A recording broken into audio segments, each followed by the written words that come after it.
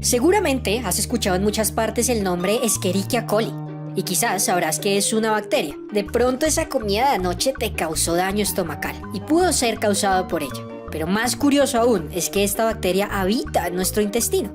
La Escherichia coli es una enterobacteria. Pertenece al género de Escherichia y solo hay una especie, la coli. Es una bacteria gram negativa, es decir, que si la teñimos con el colorante de gram se va a colorear de color rosa. Es un anaerobio facultativo, por lo que puede vivir en bajas condiciones de oxígeno. Sin embargo, si hay buenas condiciones para vivir con oxígeno, usará el metabolismo respiratorio sin problema. Pero si no hay oxígeno, usa la fermentación. Ese es su mecanismo para sobrevivir, la fermentación de lactosa. Por otro lado, es un microorganismo oxidasa negativo, es decir, no tiene la enzima oxidasa. Esta bacteria vive en nuestros intestinos y es parte de la flora normal, por lo que la mayoría de infecciones son endógenas, es decir, son causadas por la misma flora normal del paciente. Aunque las cepas que producen gastroenteritis se adquieren generalmente de forma exógena, es decir, externas. Estas bacterias endógenas que viven dentro de nosotros suelen convertirse en bacterias patógenas cuando adquieren factores de virulencia, que son codificados o por plásmidos o islotes de patogenicidad o ADN de bacteriófagos. En general hay 6 subtipos de Escherichia coli. El primero se llama E. coli enterotoxigénica, el segundo E. coli enteropatogénica, el tercero E. coli enteroagregativa, el cuarto E. coli enterohemorrágica, que es la más grave, el quinto E. coli enteroinvasiva y la última la E. coli que causa infecciones urológicas. Buen día chicos, continuando con la clase, como vimos en el video anterior, trataba sobre la bacteria Escherichia coli. Ahora desarrollaremos la siguiente actividad en función a este tema. Nos indica como las bacterias Escherichia coli se producen por fisión binaria, quiere decir que cada bacteria se separa y forma otras 2 nuevas bacterias. Ahora supongamos que un grupo de investigadores en un laboratorio tiene un cultivo de 50 bacterias, ¿de acuerdo? Ellos se preguntan, dentro de 51 minutos aproximadamente, ¿cuántas bacterias habrá en total? Si cada 17 minutos forman el doble de bacterias, es decir, para que una bacteria se duplique, tiene que pasar 17 minutos. Y luego, esas otras bacterias se van a duplicarse otra vez dentro de 17 minutos. Ahora, de las primeras 50 bacterias, pasados los 17 minutos, se formarán ¿cuánto? El doble de bacterias, es decir, ¿cuántas habrían? 100 bacterias. Luego, transcurrido otros 17 minutos, se formarán 200 bacterias y así sucesivamente. Ahora, de lo dicho anteriormente, realizamos el siguiente esquema e identificamos términos. Como decía, ¿cuántas bacterias se tenían? 50. Estas bacterias, pasado 17 minutos, se duplican, es decir, por 2. ¿Cuántas tendríamos? 100. Solamente estamos esquematizando lo dicho anteriormente. Y luego, pasados otros 17 minutos, también se duplicarían. ¿Cuánto tendríamos? 200 bacterias. Hasta este minuto, ¿cuántos serían? En total, 34 minutos. Ahora ya se tendrían ¿cuántas? 200 bacterias en 34 minutos. Bueno, dentro de los 51 minutos, ¿cuántas bacterias habrá en total? En total tendríamos, por 2, 400 bacterias.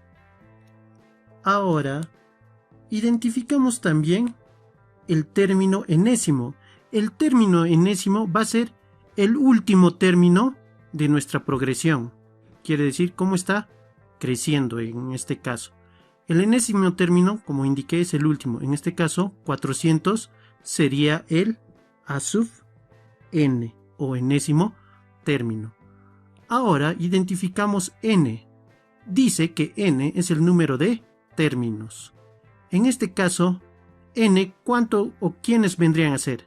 Vendrían a ser todos. En nuestro caso, n, ¿cuánto vendría a ser? Como vemos acá de la progresión geométrica, n es el número de términos. En nuestro caso, ¿cuántos términos tenemos? 1, 2, 3, 4. Y por último, nos faltaría identificar quién es R, y nos indica que R es la razón.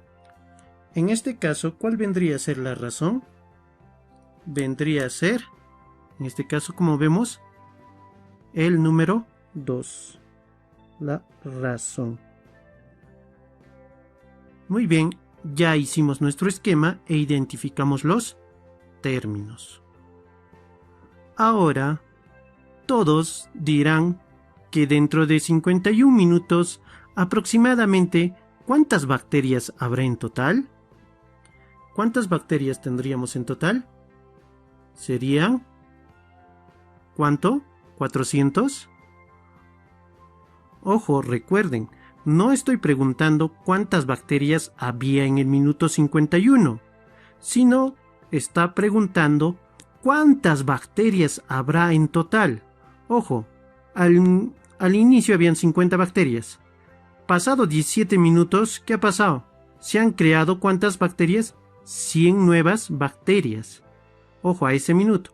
Al minuto 34 se han creado 200 nuevas bacterias. Y al minuto 51, 400 nuevas bacterias. Pero a nosotros no nos están preguntando en el minuto 51 cuántas nuevas bacterias se han creado, sino nos están preguntando en total cuántas bacterias se habrán creado hasta ese minuto. O sea, en otras palabras nos pediría la suma de todas las bacterias hasta ese minuto. Lo único que pondríamos a resolver sería a sumar total bacterias es igual a 750 bacterias. Muy bien, hasta ahí sería nuestra respuesta. Pero, ¿cómo lo podríamos hacer de forma más fácil y eficiente? Para eso recurriríamos al uso de nuestras fórmulas. Por ejemplo, si nos dirían al minuto 102, ¿cuántas bacterias habrá? No creo que voy a estar haciendo uno u otro. Sí, nos va a ayudar a hacer un esquema, pero hasta hacer esa sucesión sería interminable. Para eso recurrimos a nuestra fórmula. En este caso utilizaremos para calcular la suma de los n primeros términos de una progresión geométrica. Usamos la fórmula. A ver, usando la fórmula tendríamos Sn, suma de n términos. Sn ponemos. Es igual a sub n. Para nosotros, ¿quién es a sub n? Como hemos identificado en esta parte, para nosotros, ¿quién había sido a sub n? Es el término enésimo, es decir, el último. Y en nuestro caso, ¿quién es el último? Vendría a ser 400. Luego lo multiplicamos por la razón. La razón para nosotros, ¿cuánto es? Recuerden, ya hemos identificado. Y ubicamos que la razón, que es con la letra R, había sido el número 2. Lo multiplicamos por 2. Ahora lo restamos menos a sub 1. En nuestro esquema, ¿quién es a sub 1? Como vemos, a sub 1 es el primer término de la progresión geométrica. En nuestro caso es 50. Y todo eso lo dividimos entre la razón. Ya sabemos que es solo el 2. Y a eso le restamos menos 1. ¿Siempre va a ser menos 1? Sí, porque así nos indica esta fórmula.